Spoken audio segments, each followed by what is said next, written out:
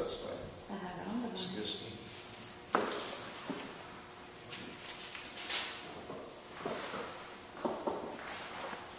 What does it say? If anyone does not provide for his relatives, and especially for his own family, he has disowned the faith and is worse than an unbeliever. See that? I didn't make that up. It's in the Bible. So charity begins at home.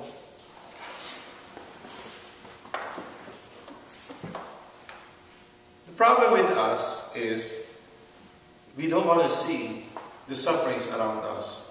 We don't want to see those. Or a lot of people say, oh, poor guy, or poor fellow, and then goes back to their business. You know, I said before, praying for somebody is not almsgiving. Praying for somebody is not almsgiving. Some people say, okay, I'll just pray for you.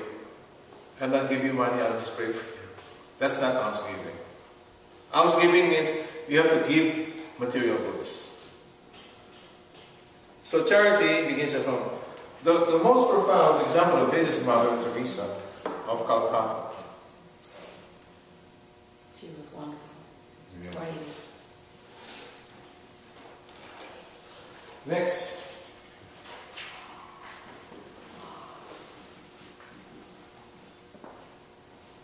We say it begins at home, right? Ends at home. Does not end at home. I like that. Although charity begins at home, it doesn't end at home. A lot of people are guilty of this. Have you heard of people? They say, oh, he is my child, he is my son, or she is my daughter. I don't care. My daughter is right. I don't care, my son is right. Have you heard people say that? That's wrong. It's possible that your own child is wrong. It's very possible. But some people don't want to hear it. In other words, charity, although it begins at home, does not end at home. Matthew chapter 5, next week, we'll talk about Beatitudes. What did Jesus say? Your charity must extend to thee, even to your enemies. That's what Jesus says, Matthew chapter 5. Instead of Beatitudes. Now, next. Mercy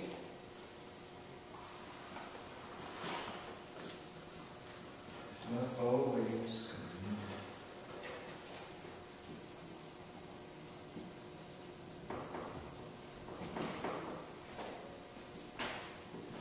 It certainly is.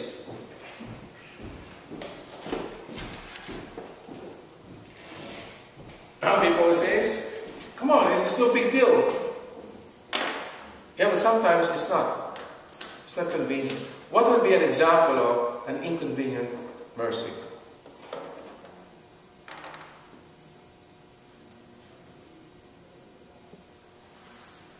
What could be an inconvenience?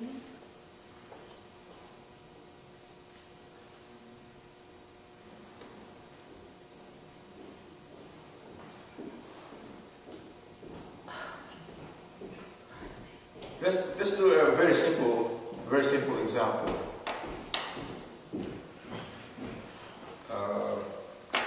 I live in Belleville. If somebody lives in Edison, New Jersey, I want to come to your Bible class. Can you pick me up from Edison? And then return her to Edison every Monday night. Mercy can be inconvenient. Understand? Again, it's mercy. You can give her your YouTube. It's not convenient. It's not convenient. That's what I said. Mercy is not always convenient. I live in Bloomfield, New Street. Where do you live? Beach Street. It's okay. Can you pick me up?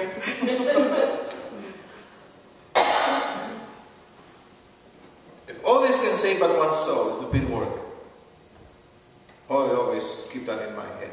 Well, you might as well give her private classes. Online.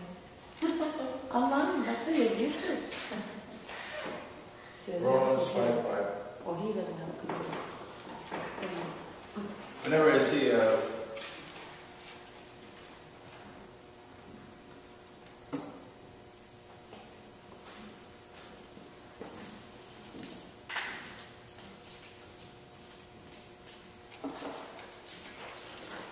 give you a definition of charity.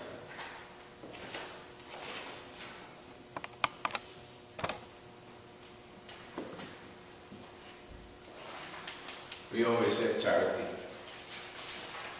Charity, you ready? Means divine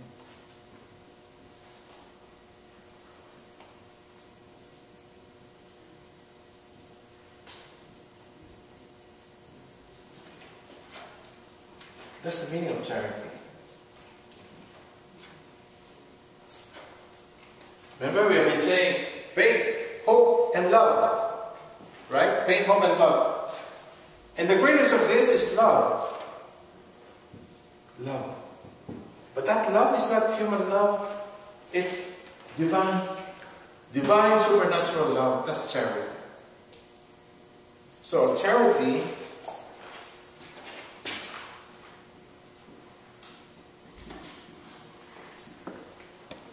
is not the same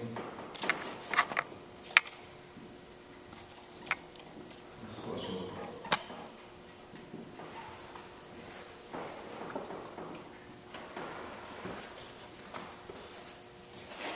This may apply to this too.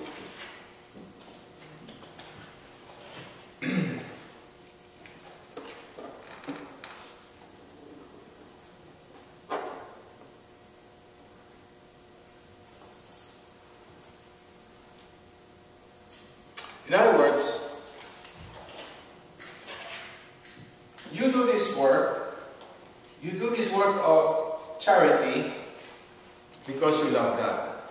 It's not because of anything else. So if I say, I will do this, I will give all the food for this month for the soup kitchen, because I think I can find many voters here. So I have my own motive for doing it. So it's not charity. Understand? Charity can only qualify if it's out of love. Especially divine and supernatural love. Is it only like 15 minutes? You have to check. Yes. You know that. Okay.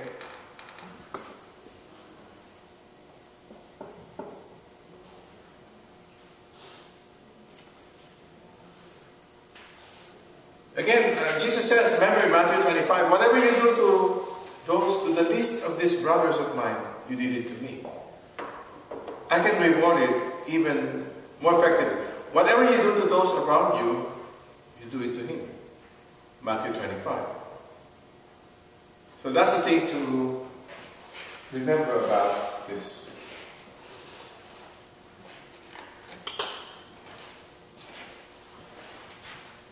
Mercy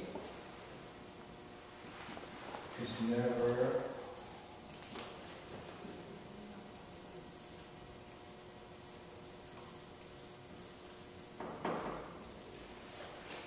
condescending.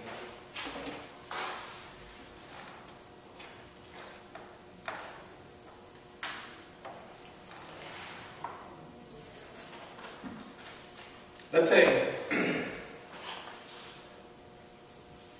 we have lots of groceries. Let's give this away.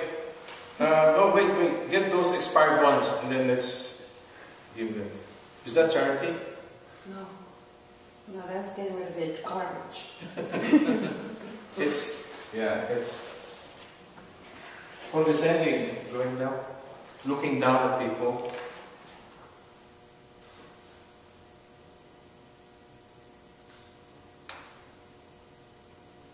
I remember my example. If we have many cups,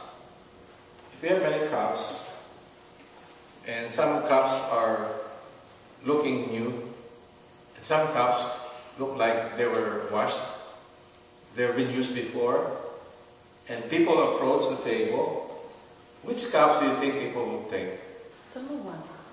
What looks like new ones? I'm not talking about this, I'm talking about those cups that are washed, those breakable cups. But what's the reason? If the host says they're all clean, but still you would look for the one that looks like it's brand new. It's human nature. Human nature? Okay. But if you are serving people, do you care? They're all clean, so let's just use them all and just pour out and then distribute. Yeah, if one is serving. If one is serving. If one is serving, I Good think example. all of them, they're all clean. I've been part of a soup kitchen for many years, and although I didn't feel it, I did not feel it in that very soup kitchen I was part of. But what this number 7 says is, if we do ask a person, do not look down at those receiving at the other end. That's the meaning of mercy is not condescending. Understand? Remember that everybody has been created in the image and likeness of God. Even the poorest of the poor, even those who look filthy and dirty, they're still in the image and likeness of God. So you and I have no right to look down at anyone. That's the meaning of number 7. Especially those who are at the receiving end of our mercy. Is that clear? Sometimes it's not like I look down on them, but because if I happen to know and they're there, it's not, I don't look down, but I'm like, why are you cheating the system? I know you better. Come on. I was part of a soup kitchen in New York, but not very long, maybe for like 3 months. And we noticed that we have this very neat-looking, well-dressed man with coat, with tie, with a briefcase, getting food from the soup kitchen. But that's not our job to discriminate or to say no to anyone. Everyone welcome. We give food to everyone. Maybe he was an investigator? You still don't, you don't deny it. Okay, is this clear? Yes? Do you know that I've been hearing a lot. I've been hearing a lot about the welfare. You're part of the government. Are you with the county? And in the state. You work for the state, okay.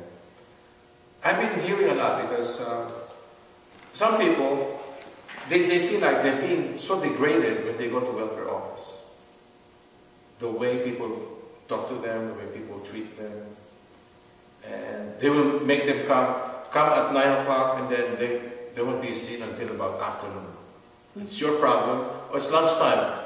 Get out. Off. Everybody leave. They will close the office for 1 hour for lunch. I've been hearing those. Yeah. That's absolutely looking down at people on the receiving end of mercy.